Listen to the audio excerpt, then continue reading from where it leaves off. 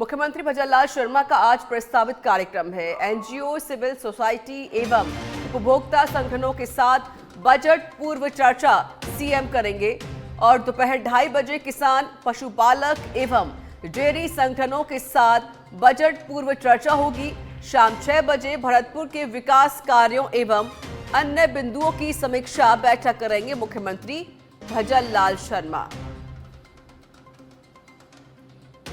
तो बड़ी जानकारी, मुख्यमंत्री भजनलाल शर्मा के आज कई प्रस्तावित कार्यक्रम है एनजीओ, सिविल सोसाइटी के साथ।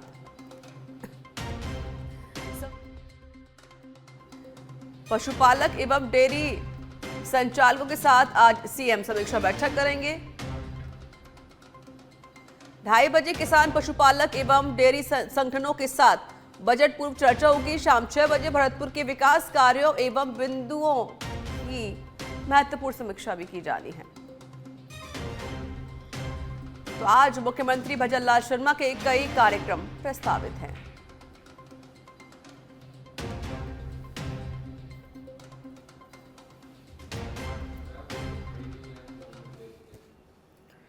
एसआई भर्ती परीक्षा 2021 से जुड़े 2 मामलों में हाईकोर्ट में आज सुनवाई होनी है। लंबे समय से रद्द करने की मांग हो रही है। एसआई भर्ती परीक्षा 2021 को लेकर कई दिनों से ये मामला भी गरमाया हुआ है। विपक्ष के साथ साथ मंत्री किरोड़ी लाल मीणा भी लगातार इस मुद्दे को उठा रहे हैं। मंत्री किरोड़ी लाल ने भर्ती रद्द करने की भी मांग की है। हाईकोर्ट की एकल पीठ और खंडपीठ में इससे जुड़े विभिन्न मामलों पर सुनवाई होगी। जस्टिस समीर जैन की एकल पीठ में दायर याचिका पर होगी सुनवाई। याचिकाकर्ता ने ट्रेनी एसआई के वेतन पर रोक लगाने की मांग की है। हाईकोर्ट की एकल पीठ ने पहले ट्रेनी एसआई की फील्ड ट्रेनिंग रोकने के लिए आदेश दिए थे। ट्रेनिंग पर रोक लगाने पर हाईकोर्ट में चैलेंज। मुख्य न्यायाधीश एमएम श्रीवास्तव की एक खंडपीठ में ट्रेनी एसआई की तरफ से दायर याचिका पर सुनवाई होनी है। ट्रेनी एसआई ने एकल पीठ के ट्रेनिंग पर रोक फैसले को चुनौती दी है।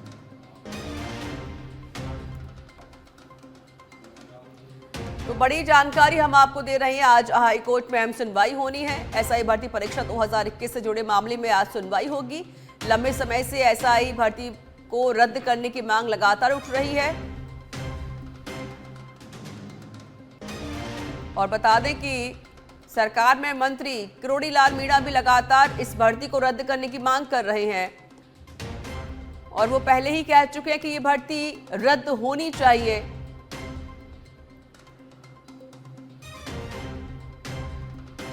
तो हाईकोर्ट में आज अहम सुनवाई होगी। इस वक्त की बड़ी जानकारी, एसआई भर्ती परीक्षा 2021 को लेकर कई दिनों से मामला गरमाया हुआ है।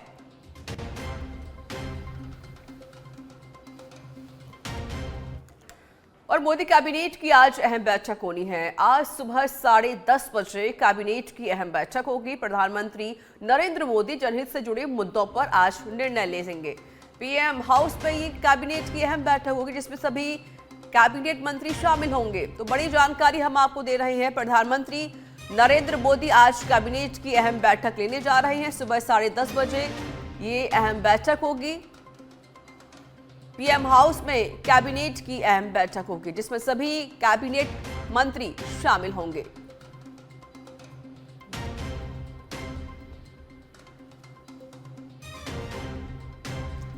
तो आज सुबह 10:30 बजे पीएम हाउस में कैबिनेट की अहम बैठक होने जा रही है। प्रधानमंत्री नरेंद्र मोदी जनहित से जुड़े मुद्दों पर आज महत्वपूर्ण फैसले भी लेने वाले हैं।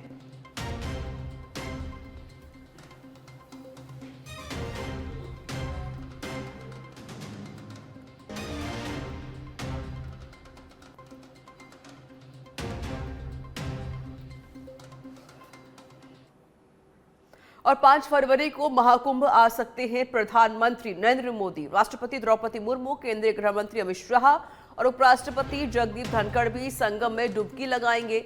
27 जनवरी को गृह मंत्री अमित शाह महाकुंभ में हिस्सा लेंगे। राष्ट्रपति द्रौपदी मुर्मू भी 10 फरवरी को प्रयागराज जाने की उम्मीद है।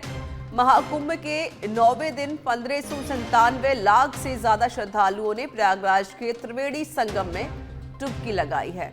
तो लाखों की संख्या में श्रद्धालु महाकुंभ पहुंच रहे हैं, आस्था की डुबकी लगा रहे हैं, तो प्रधानमंत्री नरेंद्र मोदी भी 5 फरवरी को महाकुंभ आ सकते हैं। वहीं राष्ट्रपति द्रौपदी मुर्मू का भी कुंभ जाने का कार्यक्रम है। 10 फरवरी को राष्ट्रपति द्रौपदी मुर्मू महाकुंभ जा सकती हैं।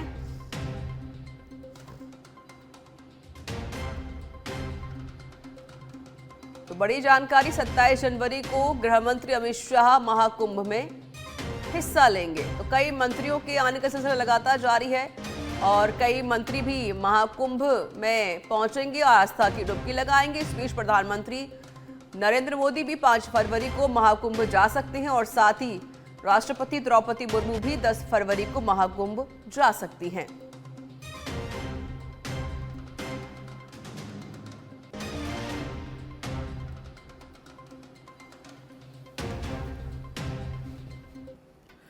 राजस्थान बीजेपी प्रभारी राधा मोहन दास अग्रवाल का जयपुर दौरा है। आज बेंगलुरु से इंडिगो की फ्लाइट 6E415 से आएंगे जयपुर। फ्लाइट सुबह 11 बजे जयपुर एयरपोर्ट पर पहुंचेगी। तो राधा मोहन दास अग्रवाल का आज जयपुर दौरा है। राजस्थान बीजेपी प्रभारी है राधा मोहन दास अग्रवाल। सुबह 11 बजे जयपुर पहुंचने का कार्यक्रम है। तो आज राधा मोहन दास सुबह 11 बजे जयपुर एयरपोर्ट पर पहुंचेंगे। आज बेंगलुरु से इंडिगो की फ्लाइट 6E415 से जयपुर आ रहे हैं राधा मोहन दास अग्रवाल। सुबह 11 बजे तक जयपुर एयरपोर्ट पहुंचेंगे राधा मोहन दास अग्रवाल।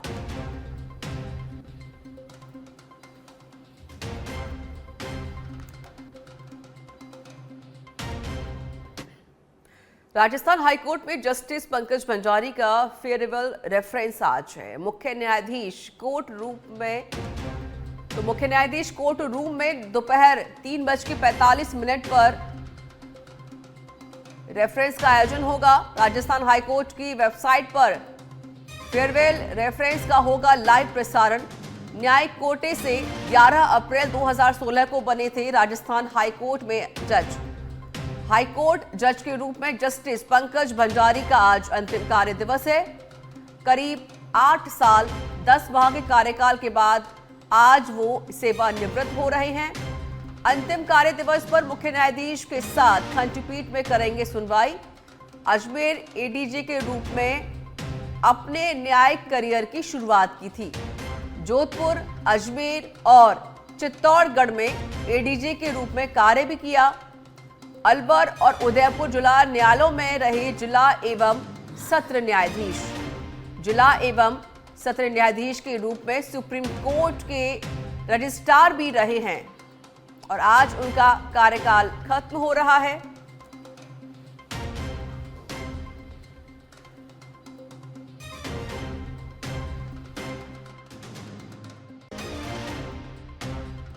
जस्टिस पंकज भंडारी का आज फेयरवेल रेफरेंस है। मुख्य न्यायाधीश कोर्ट रूम में दोपहर 3:45 पर यह आयोजन किया जाएगा। राजस्थान हाईकोर्ट की वेबसाइट पर फेयरवेल रेफरेंस का लाइव प्रसारण भी होगा।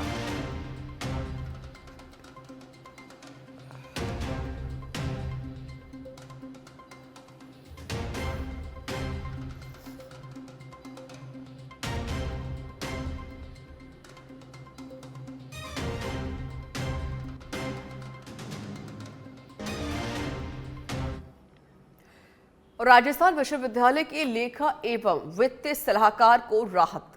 रामसुख जाटोलिया को राजस्थान हाईकोर्ट से राहत मिली है। राज्य सूचना आयोग के आदेश पर राजस्थान हाईकोर्ट ने रोक लगाई है। जस्टिस महेंद्र कुमार गोयल की एकलपीठ ने आदेश दिए हैं। सूचना आयोग ने रामसुख जाटोलिया पर 25,000 रुपए का जुर्माना लगाया था। जुर्माने की राशि रामसुख जाटोलिया के वेतन से रिकवरी के आदेश भी दिए गए थे। सूचना के तहत राजस्थान विश्वविद्यालय से मांगी गई थी पूरी जानकारी। असेसमेंट शीट और एक्सपर्ट की राय की प्रति के लिए किया गया था आवेदन। जाटोलिया ने सूचना के द्वितीय अपीलीय अधिकारी के रूप में जानकारी नहीं दी। राज्य सूचना आयोग ने मामले में रामसुख जाटोलिया पर जुर्माना भी लगाया था।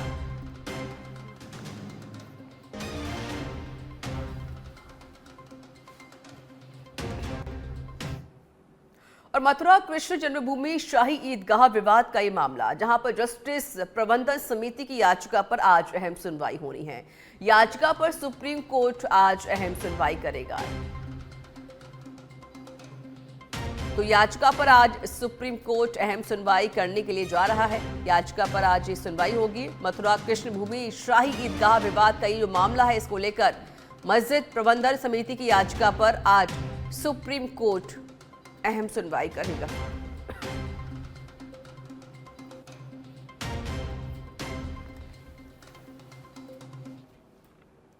दिल्ली से जानकारी है, महामंजुलेश्वर धाम में आज रामलला की प्राण प्रतिष्ठा है। प्राण प्रतिष्ठा समारोह में शामिल होंगे लोकसभा स्पीकर ओम बिरला। समारोह में बतौर मुख्य अतिथि के रूप में शामिल होंगे ओम बिरला।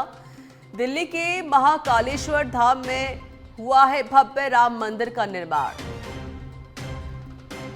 बता दें कि आज के ही दिन अयोध्या में राम मंदिर प्राण प्रतिष्ठा का आयोजन हुआ था, जिसका आज फर्स्ट एनिवर्सरी भी है, जिसको लेकर जगह जगह कार्यक्रम भी किए जा रहे हैं। तो महाकालेश्वर धाम में भी आज एक कार्यक्रम होना है। प्राण प्रतिष्ठा समारोह में शामिल होंगे लोकसभा के अध्यक्ष ओम बिरला। महाकालेश्वर धाम में आज रामलला की प्राण प्रतिष्ठा का यह आयोजन होना है, जिसमें शिरकत करेंगे लोकसभा स्पीकर ओम बिरला। समारोह में बतौर चीफ गेस्ट के रूप में शामिल होंगे ओम बिरला।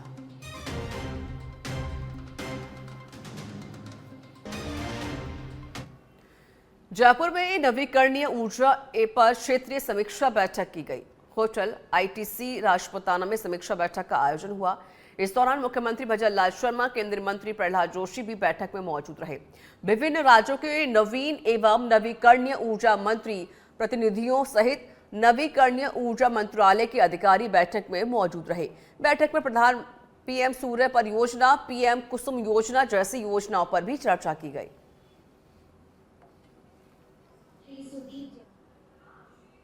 को कैसे ऊर्जा के क्षेत्र में हम देश के ऐसे अग्रणी राज्य को बनाएं, और उसके लिए जब जब भी आप दिल्ली पधारते हैं और सहयोग के लिए कहते हैं, हमेशा हमें चाहे वो 2000 मेगावाट का बैटरी स्टोरेज मिला हो तो आपके सहयोग से, चाहे हमें कुसुम सी योजना हो, कुसुम ए योजना हो, ऐसे कई सहयोग हमें मिले हैं, जिससे ये लगता है कि राजस्थान के प्रति आपका जो सहयोग है और वो डबल इंजन की सरकार का ये नतीजा है। आज हम राजस्थान में कुसुम ये योजना के माध्यम से लगभग 6500 मेगावाट का हमारा जो टारगेट है उसको हम आगे बढ़ा रहे हैं। कुसुम सी योजना में 5500 मेगावाट, और उसके साथ साथ हमने हेम योजना के भी टेंडर किए हैं, जिसमें हमें सफलता मिलेगी, और 1000 हमारा रूफटॉप सोलर का भी हेम योजना में हमने टेंडर किए हैं। तो लगभग 17000 मेगावाट का सोलर के प्रक्रियाधीन है, टेंडर कर लिए गए हैं, कुछ अवार्ड भी कर दिए गए हैं।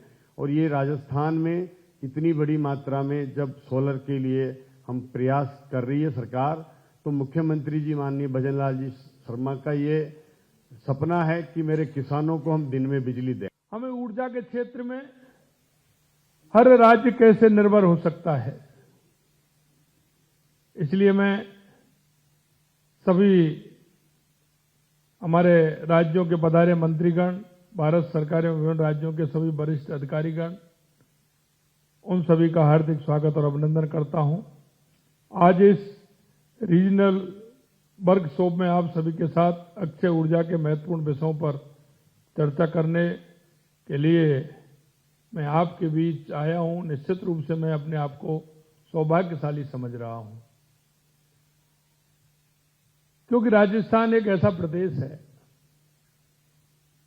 कि राजस्थान ऊर्जा के क्षेत्र में अपनी आवश्यकता तो पूरा करेगा ही, लेकिन आने वाले समय में राजस्थान पूरे देश को ऊर्जा के क्षेत्र में काम करेगा और पूरे देश के लिए ऊर्जा देगा। क्योंकि हमारे पास जिस तरह से अभी हमारा राइजिंग राजस्थान हुआ, राइजिंग राजस्थान में हमारा 35 लाख करोड़ रुपए के एमओयू हुए, लेकिन उसमें सबसे ज्यादा 26 लाख करोड़ रुपए के हमारे बिजली ऊर्जा के क्षेत्र में हुए हैं। हम समझ सकते हैं कि ऊर्जा के क्षेत्र में जिस तरह से आपने अपने विचार, गणमान्य व्यक्तियों ने विचार रखे हैं, आदान प्रदान के लिए एक विशेष अवसर मिला है। ऊर्जा किसी भी देश के विकास का मूल आधार है। ऊर्जा उपलब्धता औद्योगिक विकास, आर्थिक समृद्धि और सामाजिक कल्याण का मार्ग प्रस्तुत करती है। इसके बिना किसी भी आधुनिक समाज की कल्पना आज के संदर्भ में अधूरी है। ऊर्जा सुरक्षा और सतत विकास के लक्ष्यों को प्राप्त करने के लिए हमें ऊर्जा के दक्ष उपयोग, नवीकरणीय स्रोतों को अपनाने। आगामी वित्त वर्ष 2025-26 के बजट को लेकर मुख्यमंत्री भजनलाल शर्मा ने युवा और खेल मंत्री के प्रतिनिधियों से बजट पूर्व चर्चा कर सुझाव लिए। इस दौरान सीएम ने कहा कि देश की आबादी का एक बड़ा हिस्सा युवाओं का है। युवा प्रदेश की आर्थिक समृद्धि के इंजन हैं। हमारी सरकार युवाओं को उनके सपनों को पूरा करने के लिए पर्याप्त अवसर दे रही है, जिससे वे देश और प्रदेश की प्रगति में भी अपना अहम योगदान दे सकें। उन्होंने कहा कि सरकार युवा एवं खेल प्रतिनिधियों के सभी सुझावों पर विचार कर उन्हें बजट में यथासंभव शामिल करेगी, ताकि आपड़ों अग्रणी राजस्थान का सपना साकार किया जा सके। सीएम भजनलाल शर्मा ने कहा कि प्रधानमंत्री मोदी के नेतृत्व में देश के खेल परिदृश्य में अभूतपूर्व बदलाव आया है। खेलो इंडिया और फिट इंडिया जैसे मूवमेंट से देश में खेल संस्कृति को बढ़ावा मिला है। भारतीय ओलंपिक संघ ने 2036 के ओलंपिक खेलों की मेजबानी के लिए इंटरनेशनल ओलंपिक कमेटी को लेटर ऑफ इंटेंट भी भेजा है। मुख्यमंत्री भजनलाल शर्मा ने कहा कि हमारे युवा खिलाड़ी दुनिया में अपनी पहचान बना रहे हैं। खेल मंत्री कर्नल राज्यवर्धन सिंह राठौर ने कहा कि मुख्यमंत्री के नेतृत्व में राज्य सरकार युवाओं के समग्र विकास पर ध्यान दे रही है। मुख्यमंत्री के मुख्य आतिथ्य में गुरुवार को सशक्त नींव उज्जवल भविष्य विषय पर राज्य स्तरीय आमुखीकरण कार्यक्रम का आयोजन होगा। शासन सचिव महिला एवं बाल विकास महेंद्र सोनी ने बताया कि मुख्यमंत्री भजनलाल शर्मा के मुख्य आतिथ्य में डिप्टी सीएम दिया कुमारी की अध्यक्षता एवं राज्य मंत्री डॉक्टर मंजू बागमार के वशिष्ठ आतिथ्य में सशक्त नींव उज्जवल भविष्य विषय पर 23 जनवरी को बिरला ऑडिटोरियम में राज्य स्तरीय आमुखीकरण कार्यक्रम आयोजित किया जाना है। शासन सचिव ने बताया कि उक्त कार्यक्रम में समेकित बाल विकास सेवा के जिला स्तर के उप निदेशक, बाल विकास परियोजना ग्राम साथिन सहित लगभग 1300 अधिकारी एवं कर्मचारी सहभागिता करेंगे। शिक्षा मंत्री मदन दिलावर ने कांग्रेस नेताओं के बयान पर पलटवार किया। दिलावर ने कहा कि जूली अनाप शनाप बोलते हैं। उन्हें पता होना चाहिए कि उनकी सरकार में बलात्कारियों, बदमाशों अधिकांश कांग्रेसी होते थे। वहीं दूसरी ओर पेपर लीक के मुद्दे पर भी दिलावर ने कांग्रेस को घेरा। उधर उद्योग राज्य मंत्री के विश्नोई ने कहा कि राज्य सरकार ने बेहतर काम कर रही है। 96% घोषणाएं और 98% जमीन आवंटित हो चुकी है। साथ ही के विश्नोई ने डोटासरा पर निशाना साधते हुए उन्हें गजनी कहा है। प्रतिपक्ष के नेता श्रीमान टीकाराम जी जूली आजकल अपने जिंदा रहने का परिचय देते रहते हैं। उनको पता भी नहीं रहता वो क्या बोल रहे हैं, क्या बोलना चाहते हैं, कुछ भी बोल देते हैं और अनाप शनाप बयान देते हैं। जिनके न तो पूंछ होती है न सिर होता है। उनकी आदत बन गई है कि बोलो और भाग जाओ। उनको यह भी पता नहीं है कि अभी क्या हो रहा है और पहले कांग्रेस के राज में क्या होता था। वो क्या समझते हैं कि झूठ बोलने, 100 बार झूठ बोलने से जनता उसको सच मान लेती है। पर पुराने जमाने की बातें हो गई है।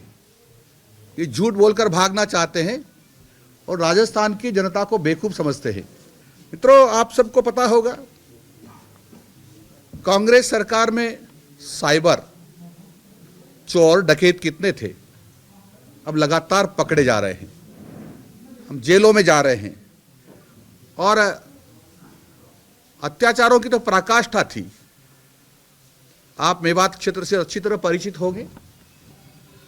किसी भी गुंडे, बदमाश, बलात्कारी के खिलाफ कोई कार्रवाई नहीं होती थी, बल्कि कांग्रेस के माननीय विधायक, माननीय मंत्री उनको संरक्षण देने के लिए खड़े हो जाते थे, अरबों रुपए वहां ठगते थे। मैं मेरी तरफ से ये भी सलाह देना चाहूँगा कि भारतीय जनता पार्टी की सरकार को पूर्ण बहुमत देकर के प्रदेश की जनता ने जयपुर में भेजा है। किस तरीके से कुशल प्रबंधन से सरकार को चलाना है, लोगों के हित में कार्य करने, ये सलाह विपक्ष के साथियों से नहीं चाहिए। वो लगातार अपनी टिप्पणियां करते जा रहे हैं। मेरे को याद आ रही है वो फिल्म गजनी। ये जो उपचुनाव हुए, इन उपचुनावों के अंदर जो वोटों की चोट जनता ने मारी, तो मेरे को लगता है कि उस गजनी के किरदार को शॉर्ट टर्म मेमोरी लॉस था। तो अभी तक तो मैं कहना चाहूँगा डोटासरा जी को कि मेरे को लग रहा है आप भी गजनी अंकल बन गए हैं।